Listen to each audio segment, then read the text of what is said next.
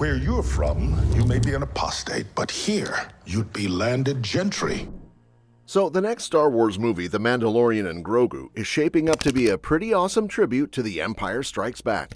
Nostalgia has always been a huge part of what makes Star Wars tick, and Disney definitely leaned into that when they kicked off the sequel trilogy.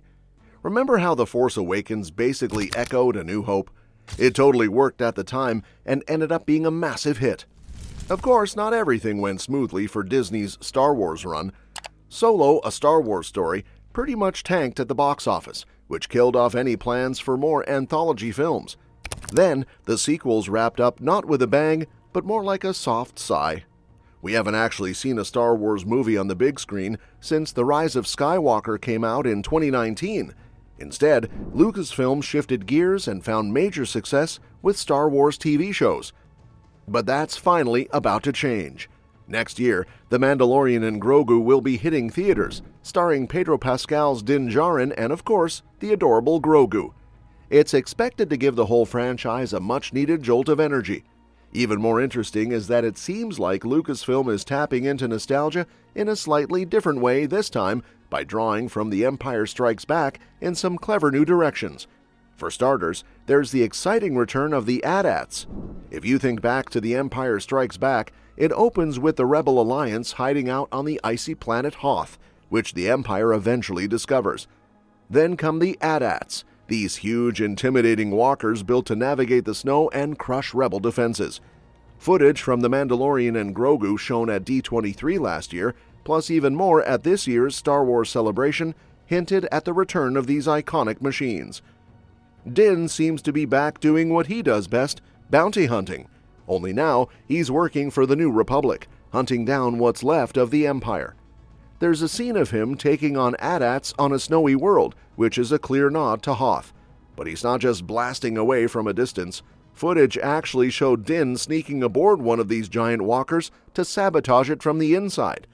One AT-AT is even seen blowing up afterward, probably thanks to explosives he planted. It's such a smart way of showing Din's cunning is making these callbacks feel fresh. Beyond Hoth-like showdowns, there are other ways The Mandalorian and Grogu seem to be channeling The Empire Strikes Back. For example, the tie-in at Smuggler's Run, one of the rides at Galaxy's Edge, is now letting visitors team up with Din on new missions. One of these missions takes place on Bespin, which was of course the location of Cloud City in Empire Strikes Back. It's actually the first time Bespin's been revisited in any real way since that movie. It's still up in the air whether this trip to Bespin will actually make it into the actual film or if it's just for the theme park ride, but it definitely plants that idea in fans' heads. Either way, all signs point to The Mandalorian and Grogu diving deep into Empire Strikes Back territory. Naturally, this raises an interesting question. Are these parallels just surface-level Easter eggs, or is there something deeper going on?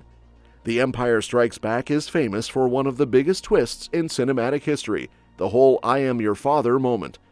If this new movie really wants to honor Empire, it almost needs to pack a similar kind of shocking reveal.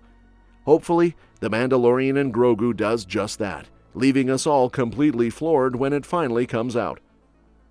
Looking at where things stand, this movie has a real opportunity to pay off a huge moment for Din Djarin that's been building for 6 long years.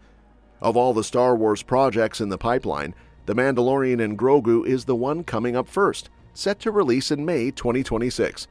It's part of Star Wars' New Republic era and is going to take these beloved characters from TV to the big screen. Lucasfilm has kept most of the plot tightly under wraps, but we do have a few juicy hints. One standout was seeing Pedro Pascal in costume without his helmet, something we didn't get at all in The Mandalorian Season 3. Back then, Brendan Wayne and Lateef Crowder wore the armor while Pascal provided the voice, so fans assumed we'd seen the last of Pascal's face in the role. This new image confirms he's back in full, which means the movie could finally give us a helmetless Din in a big way that's been 6 years coming. Across The Mandalorian's 3 seasons, Din only took his helmet off 3 times, once because he was injured and twice for Grogu. In Season 2, he removed it for a security scan and later in that tear-jerker goodbye scene with Grogu. but we've never actually seen him helmetless in an intense action sequence. That's why this movie could be so meaningful. Seeing Din in a full-on fight without his helmet would show a side of him we haven't really explored. It would strip away the literal armor and remind us that underneath it all, he's still deeply human. Besides, it'd just be cool on a purely visual level. Without his helmet, Din would have to be more careful, using different tactics since he couldn't rely on that invincible Mandalorian gear.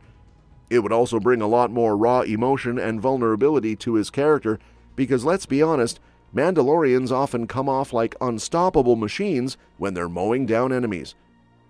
Seeing Din in that same kind of fight, but unmasked, would let us watch him battle to survive with nothing but sheer grit, which makes him feel so much more relatable.